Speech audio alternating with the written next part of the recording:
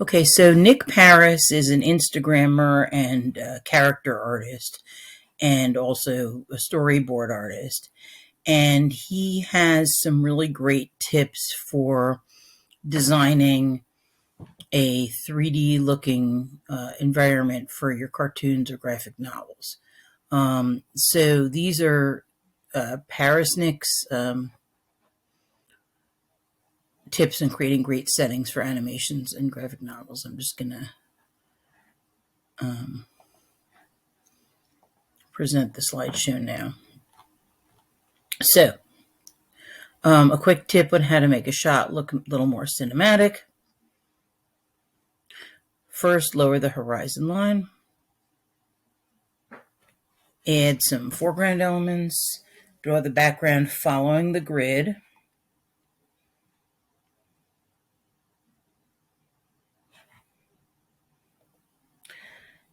Here's how it looks without lowering the horizon. And here's how it looks if you raise the horizon a little bit. Okay, so here's the raised horizon, and here's how it looked before. So he's saying either lower it or raise it to give it more depth. Here's an extra example with the lower horizon and an extra example with the higher horizon. So the higher horizon will be a bird's eye view. The lower horizon will be a worm's eye view. So you don't always want to have the expected viewpoint. So based on Parris Nic's examples, I decided to develop this assignment. So I'm going to go to Photoshop. And we're going to create some settings.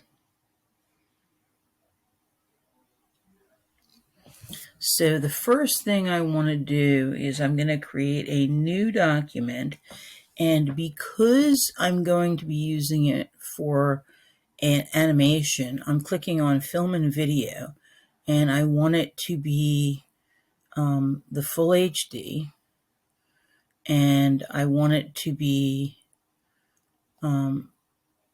the landscape viewpoint, not like a phone, but more like a YouTube video.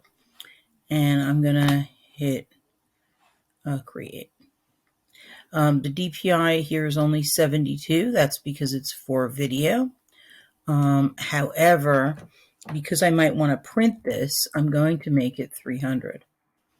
So let's see. Okay. So I'll just grab a line from the ruler at the top and make a very low horizon line. I'll add a new layer in. And in that new layer, I will create the horizon line. I'll put a vanishing point in the middle, and because this is 1-point perspective, all the lines will now go to the vanishing point. I'm going to draw the perspective grid in a new level, and then when I'm done, I will, making sure all the lines go off the edge of the page, then I will pull down another horizontal bunch of lines, and I will make the lines going across just straight horizontal, and those lines will be those lines will kind of create almost like a 1-point perspective checkerboard. When I'm done, I'm going to change the opacity of the grid so that the grid is maybe at 40% opacity, so it kind of looks grayed out. Now, the grid isn't going to actually make it into my final animation. It's not going to be visible later. It's just going to be used as a guide. So changing the opacity is not going to really mess anything up. It's just there to help me so that I don't, so that the grid is a guide, but doesn't help me, doesn't hinder my creation of the actual picture. It doesn't visually distract me. So as you can see, I've added a new layer to the right, and that's going to be my extreme foreground. So I'm drawing these really, really big trees in the foreground. And once I've made my first tree, I can actually just duplicate that layer and do edit, transform, flip horizontal to make the second tree. So I'm going to just play around with that. I'm making the textures. I'm just doing the line work, because later on I'm actually going to add color in the layer underneath the tree. So I've just duplicated it. Now I'm going to move it over. And now let me just scroll up and make sure that my design goes right off the edge of the page. But I don't want my trees to be totally exactly identical. So I'm going to take my right hand tree and I'm going to do edit puppet warp. And you can just kind of drop some pins down to keep it from wiggling all over the place. And then you can use those pins at the bottom as anchor points and create new pins at the top and use them as handles, like to drag the tree in different directions and shapes so that the two trees aren't identical. So I'd like you to play around with using puppet warp. I'm actually going to duplicate the layer and I'm going to do edit transform scale and make the layer small, the one underneath smaller.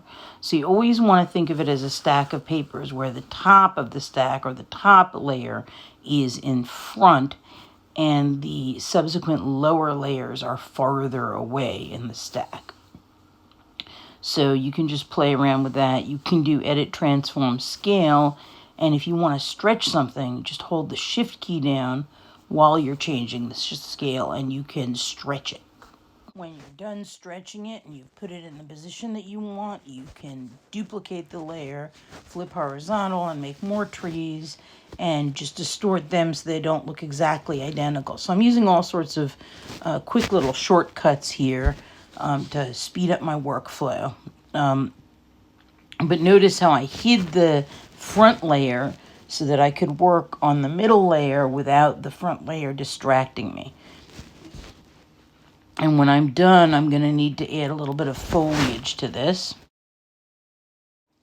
The horizon line is where your eye level is. So anything above the horizon line, you're looking up at. That's why this is a worm's eye view. You're looking up. So if I'm looking up at the foliage, that means I can see the underside of the tree. So I'm drawing it accordingly that I can see the underside of the tree because it is above the horizon line, above my eye level. So I'm drawing the underside of the tree, and when I'm done, I'm going to create a new layer underneath it, and I'm going to use the underneath layer in order to add color. And I can just quickly add the color without having to worry about messing up or covering over my lines because it is in the layer below. As things get farther away, you want to desaturate them. So instead of the background, the middle ground being black, I'm going to make it gray. So what I just did was I selected it by using select color range, and then I did edit fill 50% gray. And when I unhide the foreground layer, you can see the foreground is black and the middle ground is grayer. So now I'm going to add layers underneath each part. So right underneath the extreme foreground, I'm going to add a layer and I'll add color, and it won't mess up the bark or hide any of my lines because I'm coloring underneath it. Later on, I'll merge them. And I'm going to do the same thing with my middle ground. I'm going to create another layer underneath my middle ground. I'm going to desaturate the colors by just kind of moving to the left to the gray when I color. When I'm using the color picker, you can see the colors get less saturated as you move towards the left. So I'll use less saturated colors in the middle ground and more saturated colors in the foreground so that I can create a sense of depth in my picture. So you can see, here's the extreme foreground, how bright and intense the colors are. And you can also see when I hide the trees that the color is in a different layer. So I'm going to hide the extreme foreground now, and I'm going to start playing around with coloring the middle ground. I need to add a layer underneath the middle ground, and that layer is where I'm going to be adding color to the middle ground. So do you see how I move the colors to the left towards the gray to desaturate them? So I might use the same colors as I used in the extreme foreground, except I'm moving them to the left to desaturate them towards the gray. I'm not making them lighter or darker. I'm just desaturating them by moving them to the left in the color picker square. And again, I'm picking a variety of colors, greens,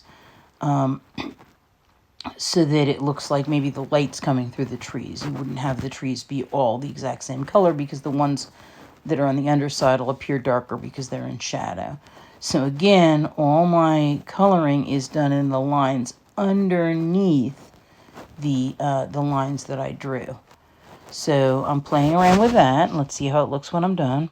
So I'm just about done with my middle ground, and when I unhide my extreme foreground, you will see how it has a sense of layer and depth. Now, I'm going to continue to work in the extreme foreground, middle ground, background, and when I'm done, I'm not going to combine all the layers together. Instead, I'll combine the extreme foreground lines with the extreme foreground layer. So I'll have one extreme foreground layer. I'll combine the middle ground lines with the middle ground color, and then I'll have one middle ground color. So by the time I'm done, all my layers are going to be very organized, and that's going to help when I bring it into Adobe Animate, because I'm going to understand what's foreground, what's middle ground, what's background, and I'm going to have these layers right on my timeline in Adobe Animate, and it will set the stage for my animation to look 3D and have my characters move through space. So you'll see later me renaming the colors and combining the colors and combining the layers. So right now I'm just going to speed ahead so you can see what it looks like when it's done.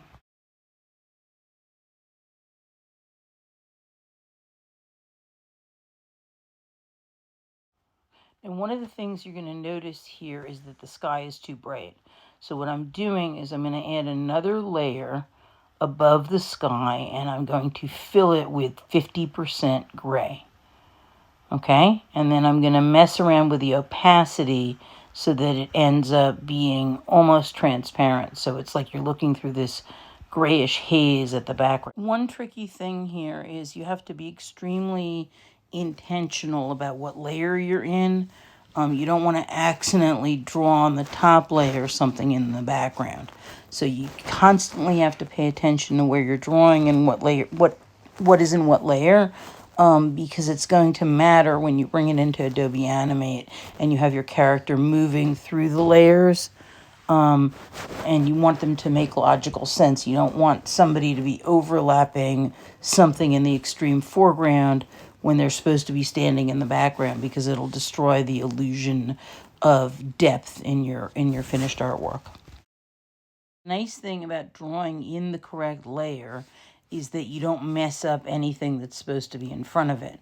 You just draw and it goes right through without interfering with the layers that are in the front. So you don't have to carefully draw around the tree like you would if you were drawing on a piece of paper. You just draw right through it, and because the tree is in a layer in front of it, it's not going to affect it. So that is a nice thing. When you're done, you have to merge the layers that go together. So you would merge the lines in the foreground with the color in the foreground, and then name that layer foreground, and then I would lock that layer.